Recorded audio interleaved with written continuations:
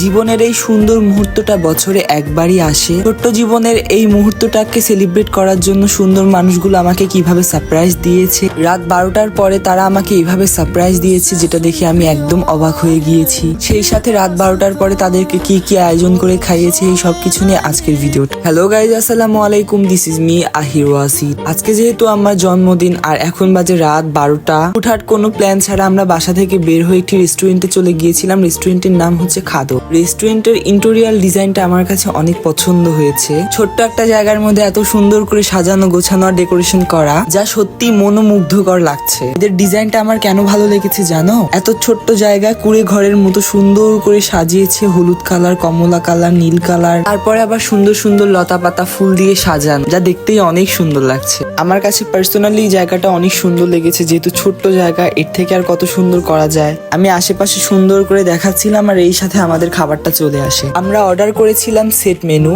Set মেনুটির test মোটামুটি ভালো ছিল, একটু স্পাইসি টাইপের ছিল, যেহেতু একটু বেশি ঝাল ছিল আর আমি ঝাল খাবার খাই না, এই জন্য আমি আলাদা করে শর্মা অর্ডার করেছিলাম। ওদের সবার জন্য ছিল সেট মেনু আর আমার জন্য ছিল আলাদা করে শর্মা। তারপরে আমাদের ডিনার শেষ হয়ে গেলে আমার কেক কাটার সময় হয়ে যায়। সত্যি বলতে এটা ছিল আমার জীবনের সব থেকে ভালো একটা মুহূর্ত।